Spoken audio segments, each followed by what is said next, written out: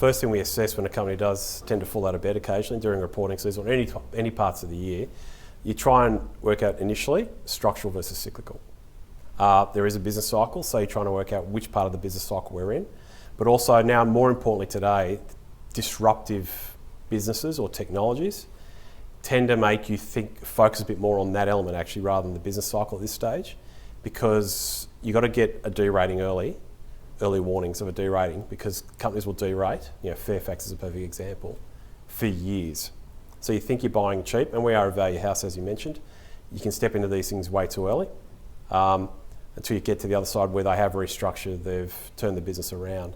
So we tend to focus on structural versus cyclical initially. A lot of the work we do on offshore businesses and offshore industries gives us a heads up to what potentially is going on in those markets, how applicable is it here.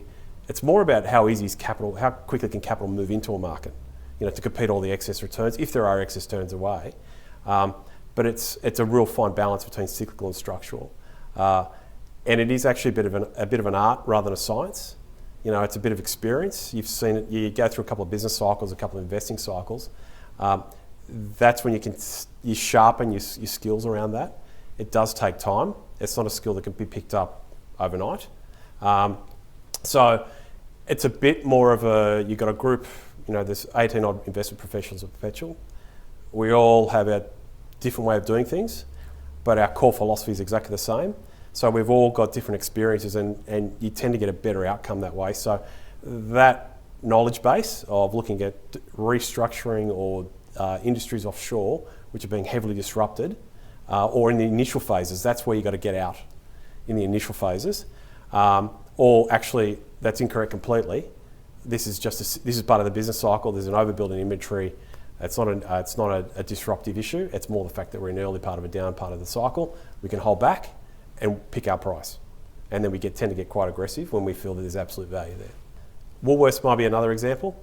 Everyone thought Aldi's going to take over the world, when actually it's just that Woolworths has dropped the ball quite poorly. So the previous manager on the board, you've had to have a complete 100% turnover of both of those before Woolworths is sort of a fighting fit again with the right strategy. If you read the sell side reports, it's the end of the world for Woolworths. Our work shows us it's probably not the case, that the franchise is still intact, that you can see that the manager's doing the right things by the shareholders, trying to maximise the value of the shareholders rather than try and get paid, get their rem. They're doing the right thing for the shareholders. So these are all the things you have to consider when you're looking at this, like whether it's disruptive, structural, or cyclical. They're the two sort of pretty recent examples. Woolworths we think is sort of turning the corner. SkyTV is moving into turning the corner. So that's a really early phase part. And we think that SkyTV in the next 2 to 3 years, you'll start to see a new media model, which if you look at Comcast in the US, this is why we talked about it. Comcast in the US have announced their first wireless service. Comcast is a pay TV operator.